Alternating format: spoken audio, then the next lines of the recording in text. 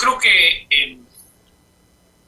que hay un aire de familia en ambas cosas, aunque parezcan muy disímiles, pero tienen que ver con problemas en la estructura política. Para el caso de ISA, creo que son desavenencias o problemas a la interna de tanto de las relaciones, principalmente entre CONAIE y Pachacuti. Mientras que en el caso del presidente de la República es, bueno, además del desgaste propio de su gestión, el hecho de tener un partido, un movimiento político que realmente pues, fue un parapeto para su intervención en política, pero que realmente pues, una organización que pueda reputarse con bases y con ideología. Realmente en ese sentido tampoco difiere mucho de cualquier otra organización política ecuatoriana, ¿no? Que realmente registra muchísimos problemas para generar movimientos o organizaciones políticas en un sentido pleno de la palabra. Son básicamente organizaciones oportunistas y algunas de ellas hasta de alquiler, como se ha denunciado en muchas ocasiones. Pero creo que hay un aire de familia en ese tema y que además es una cuestión que, como digo, atraviesa la política ecuatoriana, pero creo que por ahí podría empezar una línea de análisis. En el caso del presidente, obviamente, también hay que tener muy claro que la valoración ciudadana de su gestión, por mucho de que se puedan reivindicar algunos logros, señaladamente la vacunación en un principio, tal vez ahora ciertas renegociaciones o negociaciones internacionales que podrían ponerse como puntos positivos del gobierno, en líneas generales la gente del común tiene una pésima idea de lo que ha hecho el gobierno, porque la inseguridad está cambiando de una forma como nunca antes lo había hecho, y eso afecta en el cotidiano a todas o casi todas las personas. Y ciertamente la situación económica tampoco es la mejor, y la atención en los servicios básicos, principalmente en salud y educación, sigue siendo deficiente, y creo que todavía más deficiente que en otros momentos en que ha sido muy deficiente, y eso se vio mucho, sobre todo en el tema de salud, lamentablemente la peor y la más grotesca de las maneras, en el caso de la atención de salud en los tiempos de pandemia. El Estado simplemente no tuvo capacidad, fue desbordado, y al final y eso fue tomado no por redes de solidaridad, sino por redes de corrupción, demostrando la peor cara de la sociedad ecuatoriana. Doctor Flores, le vamos a timbrar por teléfono porque estamos teniendo inconvenientes con el audio, se escucha entrecortado y quienes nos están siguiendo en la transmisión nos están alertando de eso. Entonces vamos a hacer una llamada telefónica, pero mantengamos la transmisión por Zoom, ¿sí? Mientras nos conectamos vía telefónica con Javier Flores, nuestro invitado que está en la ciudad de Guayaquil y con quien estamos conversando sobre las últimas decisiones de carácter político que son públicas. Hemos conocido tanto la de Guillermo Lasso, presidente de la República, como la de Leonidas Issa, presidente de la CONAIE, de no postularse como candidatos en las elecciones del 20 de agosto. De ahí alguna, digamos, particularidad, ¿no? En el caso de Leonidas Issa, los voceros, incluidos periodistas, que siguen la línea del gobierno, dicen es que Leonidas Issa revisó las encuestas. Entonces, como Leonidas Issa no estaba punteando, a pesar de que tiene más del 70-75% de reconocimiento ciudadano, Leonidas Issa, como vio las encuestas, no se postula. En el caso de Guillermo Lasso, no ven las encuestas los opinadores, sino lo que dicen es que como es tan demócrata, el presidente decide no presentarse. ¿Qué habría sido lo ideal, Javier, desde su punto de vista ciudadano? Que, digamos, la decisión de Lasso es la mejor, la correcta, porque, digamos, yo en el comentario decía, me hubiera encantado ver a Lasso en la papeleta y después revisar los resultados el 20 de agosto. No creo que se quisiera exponer a ese escarnio público, porque realmente no creo que le iba a ir bien. Me imagino que también revisó encuestas, eso es normal en la política y no tiene nada de extraordinario, pero claramente no tiene el favor popular, lo ha perdido en el curso de su ejercicio de la presidencia, y eso es notorio en cualquier medición que se haya hecho a este respecto, ¿no? Entonces me parece una decisión congruente con eso, y me parece saludable que no se pierda el tiempo ni se gaste recursos por una iniciativa que simplemente iba a traer más complicaciones a la ya complicada política ecuatoriana, porque eso iba a implicar por una serie de cuestiones relacionadas con el uso de los recursos públicos en los tiempos en que sigue siendo presidente y se lanza para la reelección, que es algo que se ha criticado siempre, que ciertamente iba a levantar olas en esta ocasión. No sé si hay un candidato oficialista como tal con el cual podría generarse un problema similar, pero bueno, eso ya está por verse más adelante. Lo que creo es que sí es una buena decisión del presidente, que ponérsela en el lado positivo de sus decisiones, porque realmente nos ahorra como digo, recursos por lo menos o preocupaciones, el hecho de que una persona que ya no tuvo la talla para hacer un gobierno de 4 años tampoco, porque hasta él mismo decidió cortarlo en función de los cercos políticos que tenía y que se los había ganado a pulso también. No es que la gente es mala y lo persiga al presidente, sino que el presidente tampoco se ha hecho querer ni por el pueblo ni por el arco político tampoco, desde entrada incluso rompiendo puentes con los que deberían ser sus principales aliados. Entonces creo que igual es una buena y saludable decisión que haya decidido dar un paso al costado del presidente de la República. La verdad es que la situación, no solo de su popularidad, sino en general del país, requiere una renovación para entender la posibilidad de salir del hueco en que estamos, porque claramente, más allá de lo que se pueda decir desde la retórica y la narrativa que se quiere imprimir, porque claramente en este caso hay una narrativa para poner al presidente a la mejor luz, etcétera, pero claramente de lo que se trata aquí es de buscar a una persona que pueda dar mejores indicadores en tantas cosas que son necesarias, que lo que ha logrado el presidente Lasso en los 2 años que ha tenido de gobierno, y que ciertamente mucha gente ya los toma como 2 años que han causado mucho daño al Ecuador. Doctor, ¿cómo se entiende entonces? De acuerdo a CEDATOS, el 83% de la población no sabe por quién va a votar, y esto constituye, según CEDATOS, un sacudón de la opinión pública a todo el país. No obstante, en otras firmas que se dedican al tema de las encuestas, cuando se hace esta simulación de por quién votaría, aunque no se haya definido aún un candidato, en la mayoría de estas encuestas siempre encabeza la preferencia electoral la Revolución Ciudadana. ¿Cómo entender este fenómeno? Que pese a todo lo que ha ocurrido, y aunque no existe un candidato definido, la Revolución Ciudadana todavía tenga mayor preferencia en relación a las otras organizaciones políticas, en medio de esta confusión, en medio de este panorama apresurado electoral que vivimos, y que por otro lado, CEDATOS, por ejemplo, diga que el 83% de la población todavía no sabe por quién va a votar. Bueno, yo creo que lo último es una expresión del desencanto del ecuatoriano con la política. Esto es bastante constante en las mediciones sobre cultura política que se hacen por institutos internacionales y que involucran al Ecuador, y comparativamente el Ecuador tiene muy malos índices en cuanto al respeto a ciertas normas e instituciones del sistema político, y tiene muy baja confianza en los distintos actores, principalmente los actores institucionales de la política, en la Asamblea Nacional y en el presidente de la República también.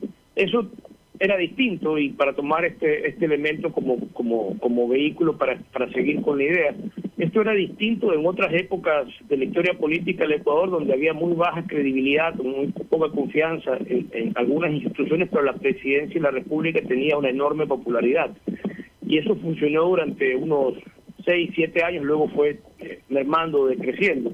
Pero sí hubo un momento en que hubo una mayor confianza en la gestión, sobre todo presidencial, o el Poder Ejecutivo, y la gente lo reconocía en estas mediciones, que no tienen mucho de parcializadas, porque son hechas por institutos internacionales para toda la región. No hay necesidad de favorecer a nadie, lo que se busca es hacer un panorama claro de cómo piensa la gente en cada uno de los países. Y en este caso, pues había una alta confianza en la presidencia de la República. Creo que eso es lo que la gente recuerda, cuando podía confiar en alguien, cuando se sentía representado por una persona que mal o bien, con errores y defectos, hacía cosas por ellos, y se notaba en algunas instituciones públicas, en algunos servicios, o en la mayoría de ellos, y esa efectividad, por así llamarlo, del Estado para poder proveer de servicios, para poder tener un servicio de salud que pueda realmente ser funcional, tener un mejor servicio educativo, tener un mejor servicio de cedulación o de pasaportes.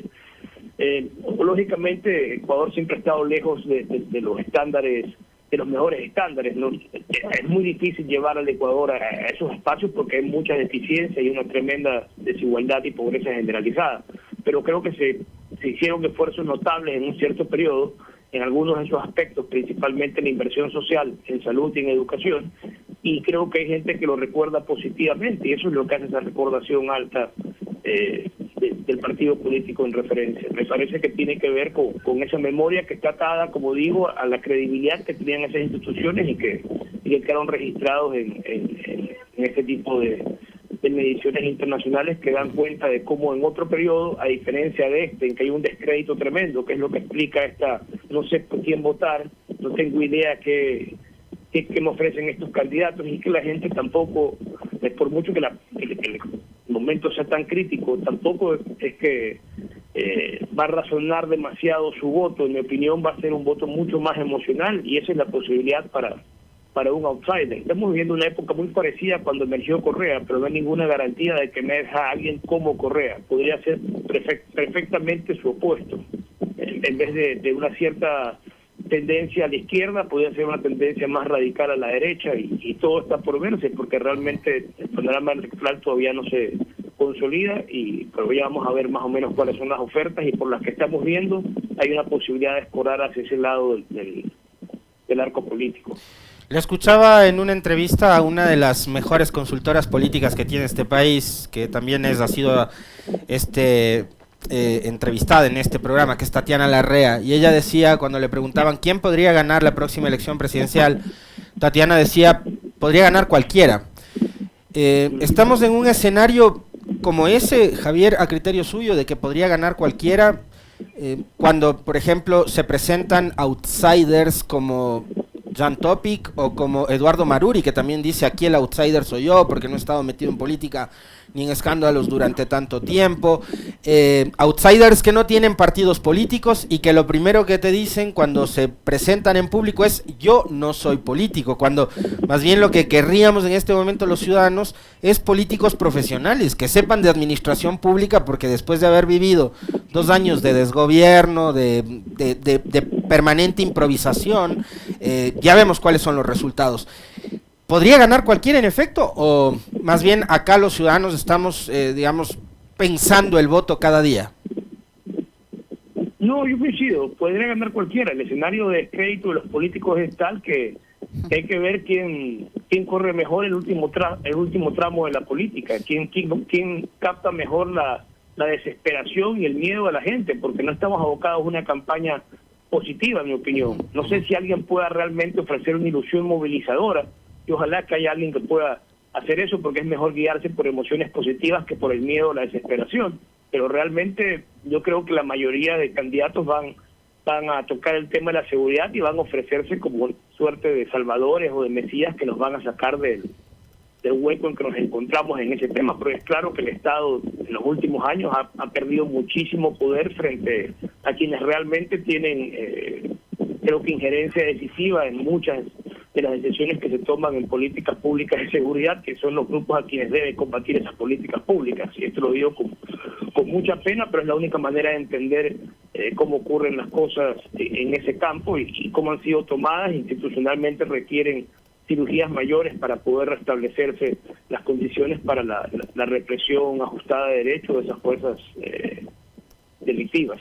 Pero en todo caso, creo que hay una demanda de la gente por tener respuestas al tema de la seguridad. Eso está claro, y es la mayor preocupación. Hoy en la mañana estaba viendo una entrevista, una encuesta que estaban circulando, que hablaba acerca de que el 60% de las personas, 6 de cada 10, tienen a la inseguridad como su máxima preocupación. Claramente va a ser el tema a tratar, pero siento que también hay que pensar la seguridad de otros bordes, y ojalá que hayan candidaturas que puedan hacer ese abordaje, porque si lo único que entendemos por represión a la inseguridad es repartir bala, creo que estamos yendo en la dirección equivocada. Eso va a exacerbar la violencia, las muertes de personas inocentes, y eventualmente no va a conducir a una solución definitiva. Creo que lo que se tiene que trabajar es otra cosa, en conjunto obviamente con políticas también represivas, ¿no?, que sean ajustadas a derechos, porque claramente no estamos lidiando con... De hecho, ya creo que ya se ha pasado ciertas fronteras en términos de lo que era delincuencia. Antes la delincuencia en Ecuador era mucho menos violenta y mucho menos agresiva, y hoy en día estamos viendo cotas de violencia que realmente nos espantan. O sea, yo ayer iba a una reunión y en la calle vi un muerto. O sea, estamos ya en un nivel casi haitiano. Javier, y el tema de las ideologías, porque a ver, una de las cosas que estratégicamente la derecha ha utilizado es eso de poner a la ideología en un segundo o tercer plano, ¿no? O sea, ellos no te hablan de ideologías, dicen, no, aquí yo no soy ni de izquierda ni de derecha. Pedro Freire te dice, yo no soy ni de izquierda ni de derecha, de hecho soy de centro, pero soy el que puede captar el voto de la izquierda, etcétera, etcétera. En este momento, por lo que hemos vivido durante estos 6 años, no hablaría solo de 2, sino 6, desde la llegada de Lenín Moreno al poder, hay que hablar de las ideologías, ¿el voto también tiene que ser ideológico o no? Mira, yo creo que eso es un tema ya de estructura del partido. Realmente el partido tiene que ser ideológico para poder ofrecer algo al votante. Pero si no tenemos eso, lo que estamos ofreciendo es este mare magnum de oportunistas que no tienen un discurso ideológico, por supuesto, porque ni su propio partido o movimiento lo es, y que lo que ofrecen son soluciones coyunturales. Yo creo que las ideologías sirven para saber a dónde vas a guiar los pasos en política. Son una especie de hoja de ruta del candidato que debería estar disponible para cualquier votante, saber que esta persona es de esta marca la cancha con este tipo de pensamiento, y saber que cuando llegue a ejercer el poder va a tener legislación y políticas públicas congruentes con esas ideas. Y me parece que llámalo izquierda o llámalo derecha, pero todo el mundo debe tener una hoja de ruta y un camino a seguir. Me parece que si no ofreces eso como candidato, no te estás tomando en serio tus deberes de candidato. Pero aquí está claro que muchos candidatos son oportunistas y que buscan pescar a río revuelto, algunos son chimbadores, de esto se ve muchísimo en la política ecuatoriana, y que realmente tiene una economía informal muy importante para funcionar, ¿no? Realmente hay lo que se ve y lo que discutimos y las normas, y hay todo lo que opera por detrás y que mueve millones de dólares, por supuesto. Ahora, doctor, estas elecciones sin duda son atípicas por la rapidez con las que se van a realizar, y usted mencionaba el tema de la seguridad, que será seguramente el denominador común de los ofrecimientos. Todos se han considerado outsiders. ¿Qué requisitos debe tener un candidato para considerarse outsider? Porque el señor Jan Topic dice que es el outsider, el señor Maruri que es el outsider, Villavicencio que es el outsider. Me falta por allí alguno más, Otto Sonnenhorstner, que también es un outsider. Resulta que ahora todos son outsiders. ¿Qué posibilidad existe realmente de que la gente se confunda y que en su necesidad de tener respuestas a la inseguridad termine optando por cualquiera de estos outsiders que se presentan ahora? Es que esa es la posibilidad. Yo creo que la etiqueta de outsider vende bien ahora, porque la gente está en contra del establishment, y el outsider se supone que viene por fuera del establishment para cambiarlo, ¿no? Ese es el concepto básico de esa figura, y ciertamente muchos quieren apropiarse de ella porque defender el establishment ahorita, por así decirlo, para seguir con estos neologismos, es muy impopular. La gente está bronqueada con el estado de cosas, sabe que el Estado no funciona, que no le responde, que no le da garantías, que cada uno está librado a su suerte. Aquí en Guayaquil uno no siente que el Estado central haga sus deberes en materia de seguridad, y la situación de violencia se ha escapado de las manos hace ya bastante rato, primero en las cárceles, luego en las calles. Entonces, creo que en un escenario como ese, personas que surjan con distintos perfiles, ¿no? Una cosa es un tipo como Otto Sonnenhorstner, que ha ido a tratar de hacer una especie de capacitación o formación en administración pública en Estados Unidos, en una de las mejores universidades de allá, y participar, versus otro que viene con una dinámica más de estuve en la guerra y ahora vengo a salvarlos a ustedes y aquí está mi metralleta. Hay un amplio abanico de posibilidades para representar la figura del outsider, y a algunos les va a quedar mejor que otros, porque por ejemplo Topic realmente nunca ha tenido participación en política. En ese sentido sí es realmente nuevo y cumple con ese requisito del outsider, pero en el caso ya de otras figuras como Villavicencio o Sonnenhorstner, lo que se puede reputar es que su recorrido en política es breve, pero también ha sido decisivo. O sea, uno fue presidente de la Comisión de Fiscalización, que ha tenido mucho rollo en estos meses, y el otro fue vicepresidente del anterior gobierno. Entonces, tampoco es que estamos hablando de gente completamente nueva en política, y ha tenido algún tipo de participación, y por eso mismo algún tipo de recordación en las masas. Entiendo, por supuesto, que quieran representar el rol de outsider, pero como digo, el rol del establishment está completamente quemado y no tendría propósito útil. Pero bueno, en todo caso creo que estamos abocados a una discusión que va a girar muchísimo en torno a la seguridad, y eso creo que puede generar que el debate gire mucho hacia la derecha y hacia la derecha extrema. Vamos a ver cómo cómo se da la cuestión de la opinión pública. Ahora, Javier, en cuanto a lo que tiene que ver con la imposición de ciertos relatos, este gobierno no escatimó recursos en emprender campañas millonarias de comunicación para desprestigiar a la Asamblea. Vienen haciendo esto con el Consejo de Participación Ciudadana desde hace mucho tiempo atrás. El Consejo de Participación le sirvió cuando estuvo Trujillo. Después ya no servía el Consejo de Participación, entonces he hablado de suprimirlo, de eliminarlo a través de consulta, reforma constitucional, etcétera. A la Asamblea lo mismo. Ahora vamos a elegir gobierno y asamblea. Tenemos un Consejo de Participación elegido democráticamente, que además de eso fue lo que ellos nos propusieron en la consulta de febrero del 2018. Vamos a salir en algún momento de esta espiral, de decir que todas las instituciones son malas per se, cuando únicamente el gobierno de Lasso ha sido el que ha funcionado durante estos años, o mañana elegimos nueva asamblea, que eso va a pasar, el 20 de agosto vamos a elegir nuevo gobierno y nueva asamblea, y vamos nuevamente a querer mandar a la casa a los asambleístas porque tampoco sirven. Si la pregunta es, ¿vamos a salir de este carrusel? La respuesta corta es, no vamos a salir de este carrusel. La elección de las nuevas autoridades va a repetir este ciclo incesante de destrucción de una institución a otra y de unas autoridades a otras, porque lo que se disputa son espacios de poder y no formas de organización de la sociedad. Mientras no cambie esa dinámica de rapiña que se apodera la mente de numerosos políticos y que está detrás de lo que entendemos por reuniones políticas o vínculos políticos, porque realmente no se los piensa como realmente escenarios para generar legislación y políticas públicas que protejan derechos, que es lo que dispone la Constitución y que debería orientar la acción de las autoridades públicas en todo momento. Pues aquí claramente eso ocurre muy poco y esos bichos raros usualmente se los termina comiendo el sistema, porque el sistema es muy poderoso. Si la cabeza está corrompida, y numerosas veces lo está, porque esos son nuestros candidatos a distintas dignidades, lamentablemente, pues ciertamente no va a funcionar bien el espacio de poder que lo ocupa, y lamentablemente ese es el recurso humano ecuatoriano. El otro día leí un artículo que se publicó en Diario Expreso se me escapa el nombre ahorita, pero que decía: la corrupción no soy yo, y narraba todos los casos de corrupción cotidiana que se viven en esta sociedad.